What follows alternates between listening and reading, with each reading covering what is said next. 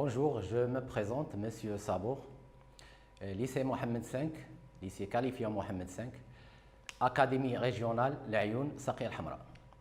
Aujourd'hui, on va continuer notre travail sur les intégrales et exactement sur intégration par partie.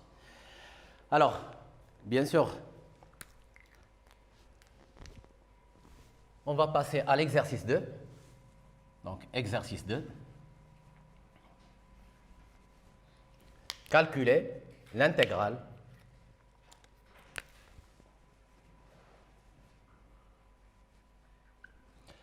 J2, l'intégrale de 1 à E, par exemple, de lnx d de x. D'accord, on sait que la fonction lnx est une fonction continue sur l'intervalle 0 plus l'infini, bien sûr l'intervalle ouvert. En particulier, il est continu sur cet intervalle-là, en E, et donc ln de x admet une fonction ou bien des fonctions primitives. On va essayer de calculer cette intégrale et en même temps déterminer une primitive de cette fonction ln en utilisant l'intégration par partie.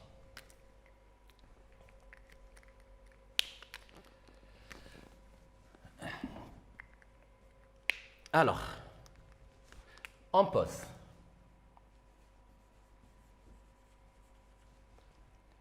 U de x égale lnx et v' de x égale 1. Parce que c'est le produit de deux fonctions. Une fonction, c'est la fonction ln, et l'autre, c'est 1. C'est une fonction constante. Bien sûr, c'est une fonction qui est continue. Donc, u de x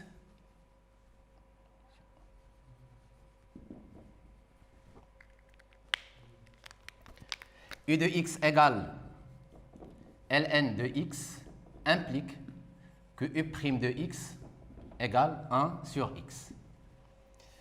v' de x égale 1. Là, il n'y a pas d'implication, donc v de x, je vais prendre x. Une primitive de 1, c'est x. Bien sûr, pas forcément x. On va voir ça dans l'exemple suivant.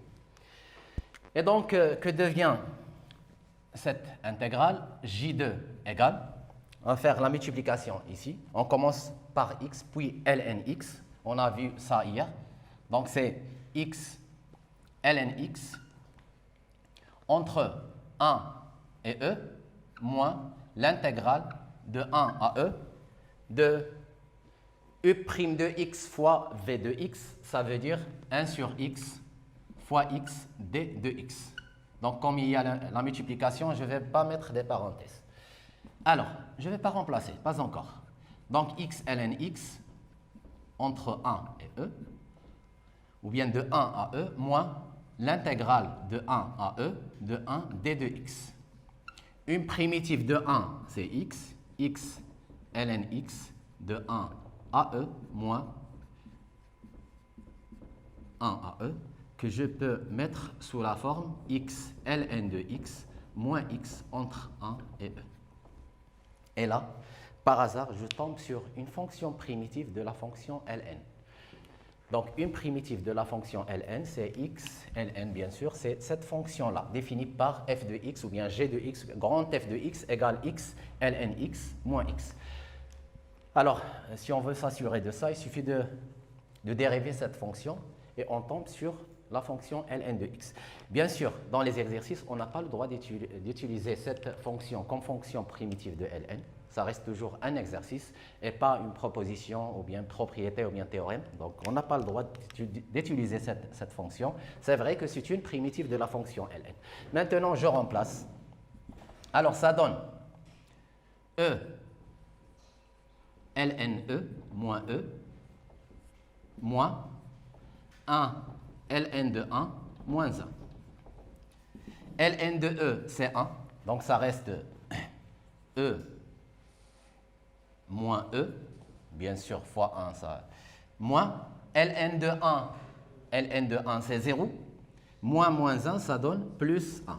Donc, égale 1. Alors, je rappelle, l'intégrale de 1 à e de ln de x d de x. Comme on n'a pas de fonction primitive usuelle de cette fonction ln, alors on a utilisé l'intégration par partie.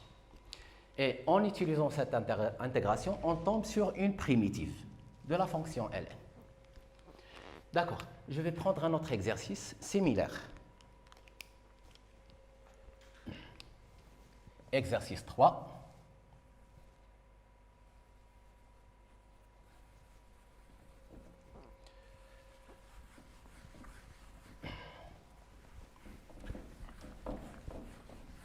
C'est calculer l'intégrale J3. L'intégrale J3, c'est l'intégrale de 0 à e moins 1 ln de x plus 1 d de x. Alors, je vais résoudre cet exercice de deux façons, de deux méthodes. Donc, solution.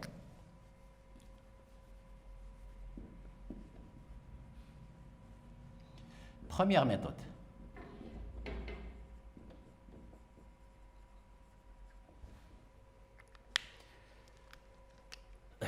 On pose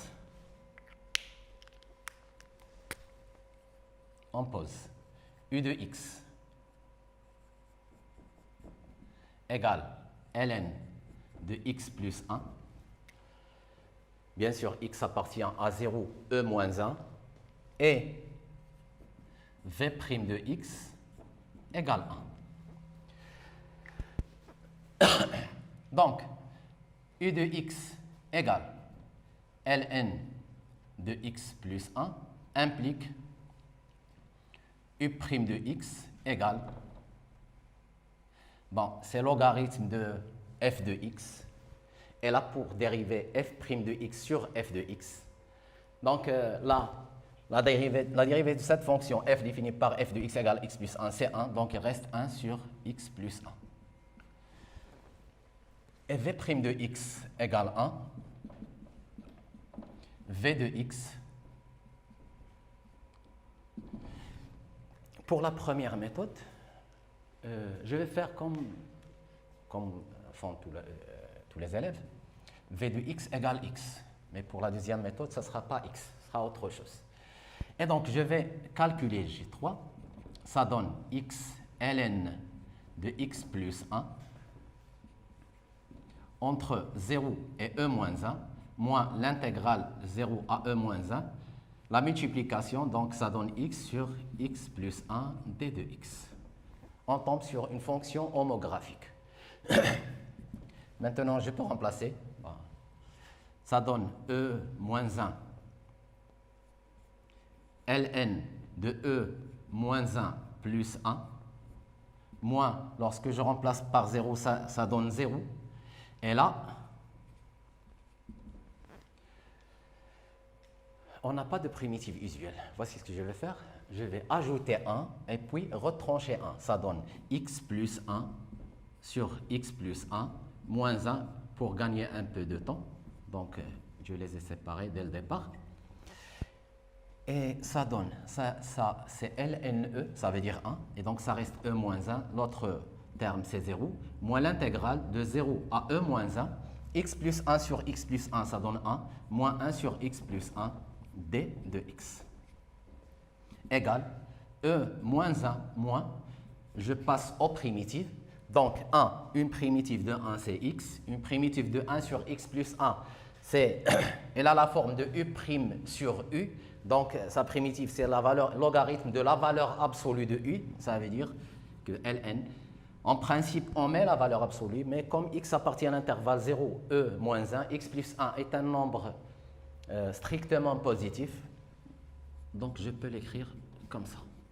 0, e moins 1, égale e moins 1 moins e moins 1, moins ln e moins 1 plus 1.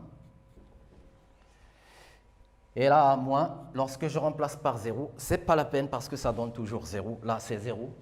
Et là, c'est ln de 0 plus 1, ça veut dire que c'est ln de 1. Et c'est moins 0. E moins 1 s'en va avec E moins 1, moins, ça reste plus, ln de E égale 1. C'est par hasard qu'on tombe toujours sur 1. D'accord. Pour la deuxième méthode, c'est la première méthode. Donc, j'ai utilisé une primitive de 1. La primitive que j'ai utilisée ici, c'est la fonction v définie par v de x égale x. Et je ne veux pas dire que x est une primitive. X est un nombre réel. Ce n'est pas une fonction. Donc, c'est la fonction v de x. Deuxième méthode. Alors là,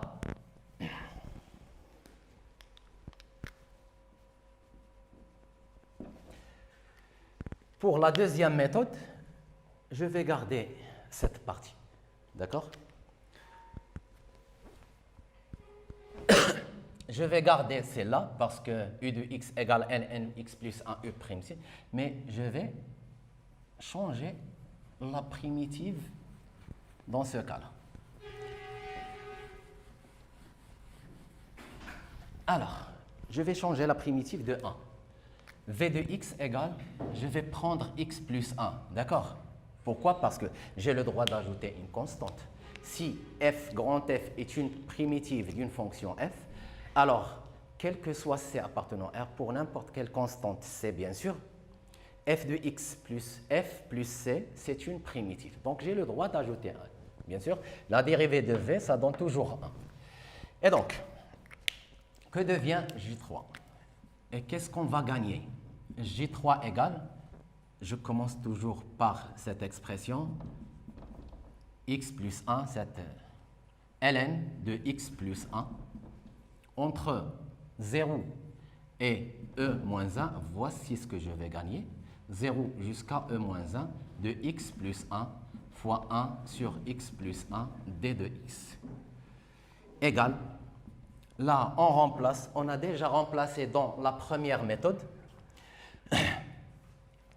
Et donc, ça donne E moins 1 plus 1, ln de E moins 1 plus 1, moins, lorsqu'on remplace par 0, ça donne 0, moins l'intégrale. Alors maintenant, vous remarquez la différence. Il y a une différence entre ce terme et le terme précédent, x sur x plus 1. Donc là, c'est E, ln de E, moins une primitive de 1, ça donne x, entre 0 et E moins 1, égale E moins 1, moins 0, c'est E moins 1, donc ça donne 1. D'accord. Maintenant, on va passer à une autre situation dans laquelle on sera forcé d'utiliser l'intégration par partie 2 fois. Alors, exercice 4. Et là, l'intégrale, ça va être J4.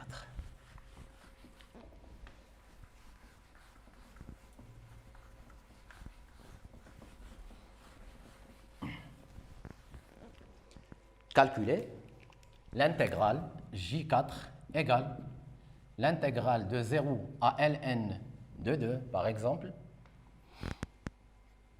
de x carré exponentielle x d de x. Les alpes. Ça, c'est un monome. Mono, ça veut dire 1. C'est un cas particulier d'une fonction polynôme. Ça veut dire, là, on a P. Et là, c'est l'exponentielle, ça veut dire E. Et vu l'ordre,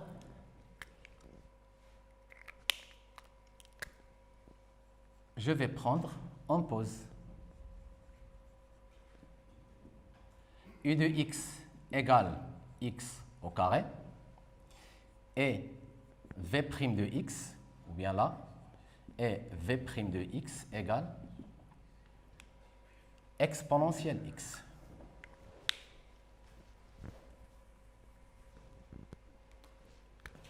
Donc, u de x égale x au carré implique que u' de x égale 2x. v' de x égale exponentielle x. On sait qu'une primitive de exponentielle x, c'est exponentielle x, on l'a déjà vu. Donc, v de x égale exponentielle x. Et donc, J4, cette intégrale n'est autre que x au carré exponentielle x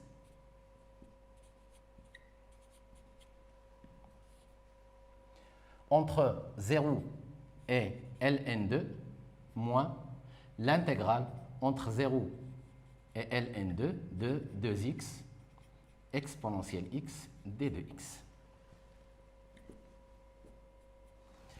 Donc, je vais remplacer par ln2, ça donne ln2 au carré, que je vais écrire comme ça, ln carré de 2, exponentielle ln2, moins 0, pourquoi? Parce que lorsque je remplace x par 0, x carré, ça donne 0, moins, je peux faire sortir le 2 bien sûr ici, comme je peux laisser l'intégrale comme elle est, 2x exponentielle x d de x. Et ça donne exponentielle ln2, c'est 2, donc c'est 2, ln carré de 2,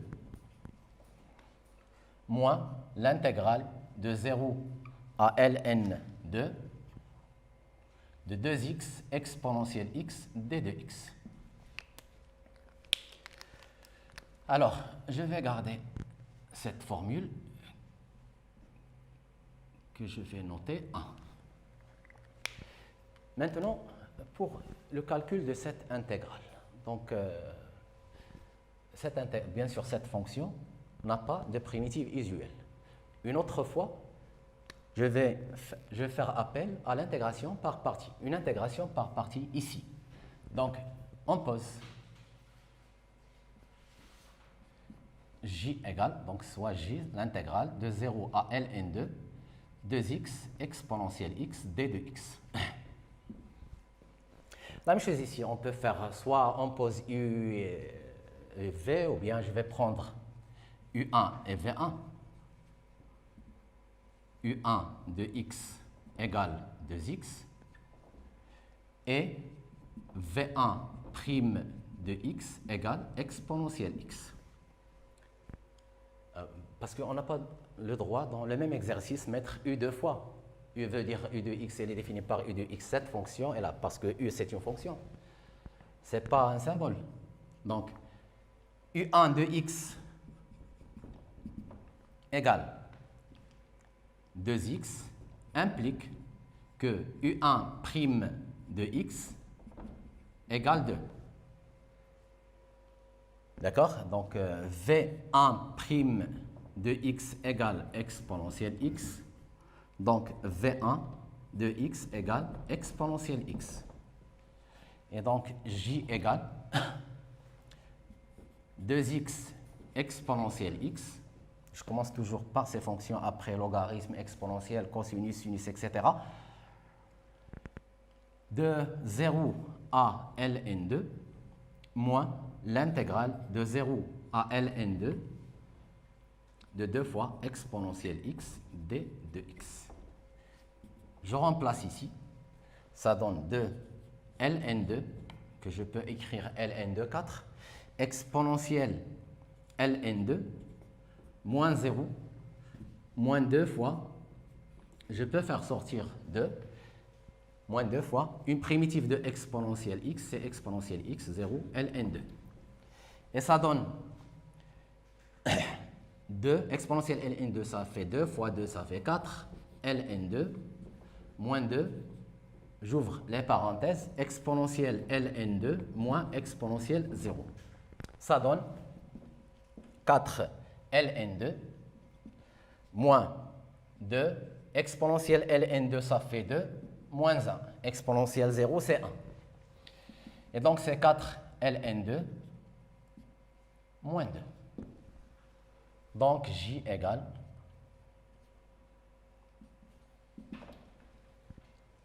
4 ln2 moins 2. Là, je vais l'encadrer. Et c'est la deuxième chose que je vais utiliser. De 1 et 2, qu'est-ce qu'on va déduire?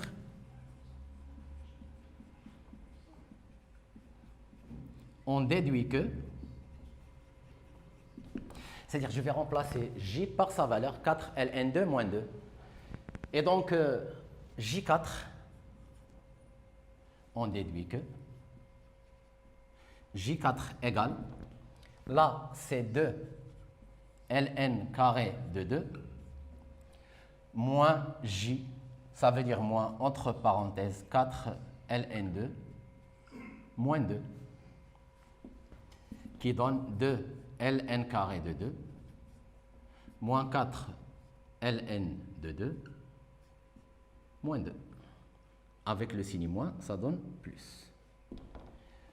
Et c'est le J4. Maintenant, on va passer à un dernier exercice. Ce ne sont pas que des exercices, ce sont les différentes difficultés qu'on peut rencontrer dans un intervalle, dans un exercice d'intégrale, et surtout l'intégration par partie. Alors, un autre type d'exercice, exercice 5.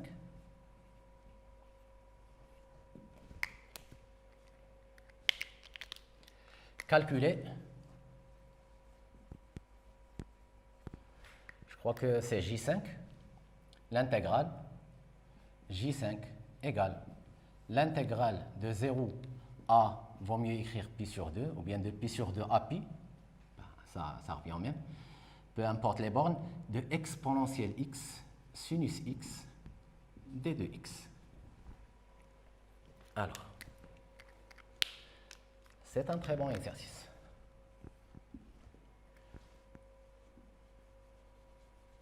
Solution, les Alpes.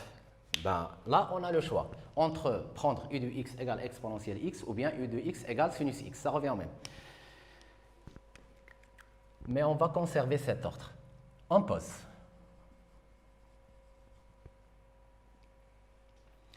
U de x égale exponentielle x et v' de x égale sinus x.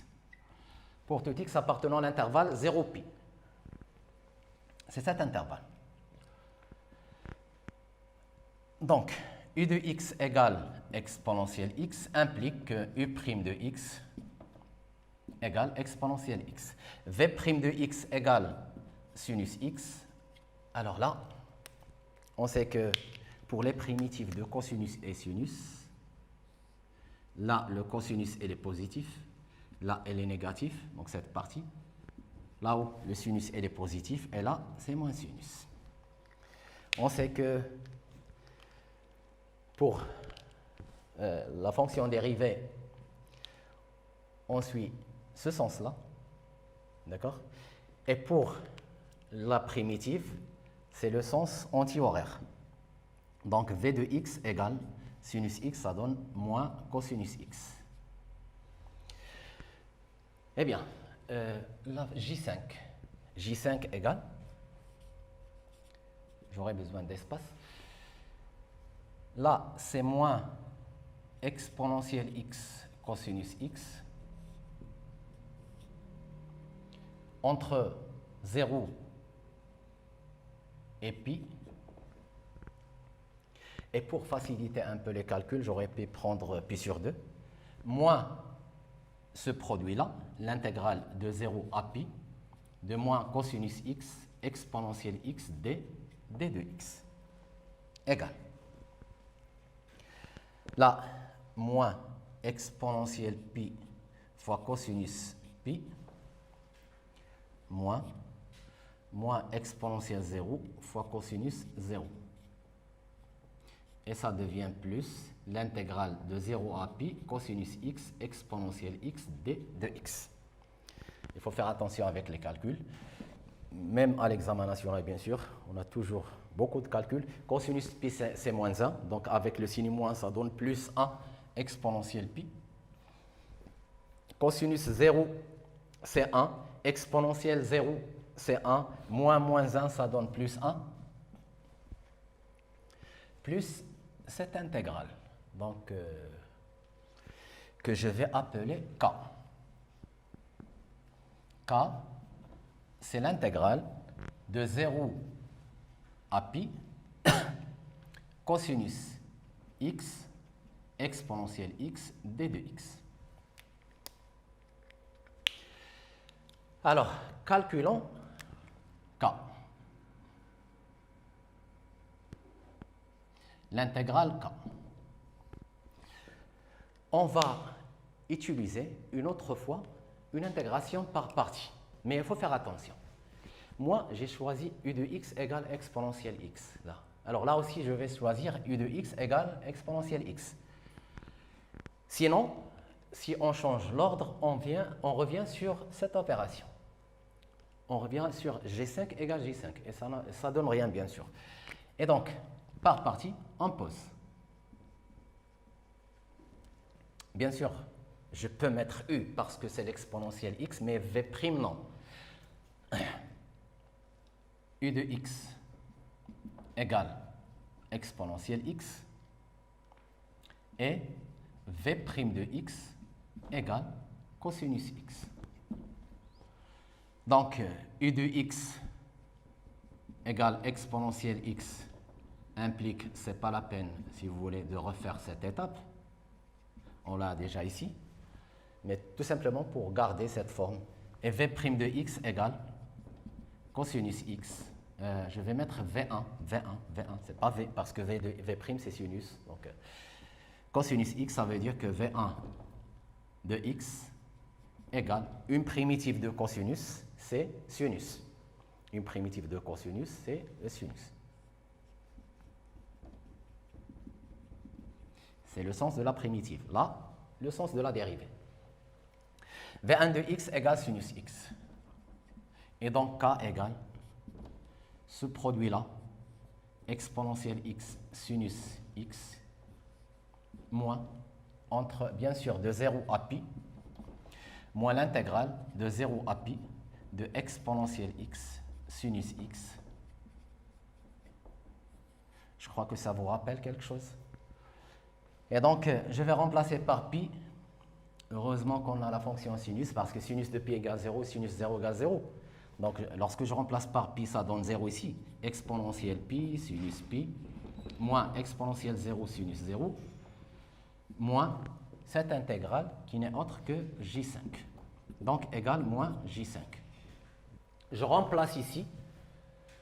On a J5 égale exponentielle pi plus 1, plus k, ça veut dire moins J5. Donc,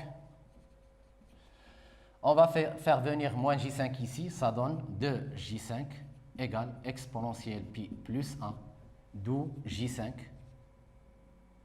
égale exponentielle pi plus 1 divisé par 2. On va s'arrêter là, donc à la séance prochaine, Inch'Allah. Prenez soin de vous et bonne chance.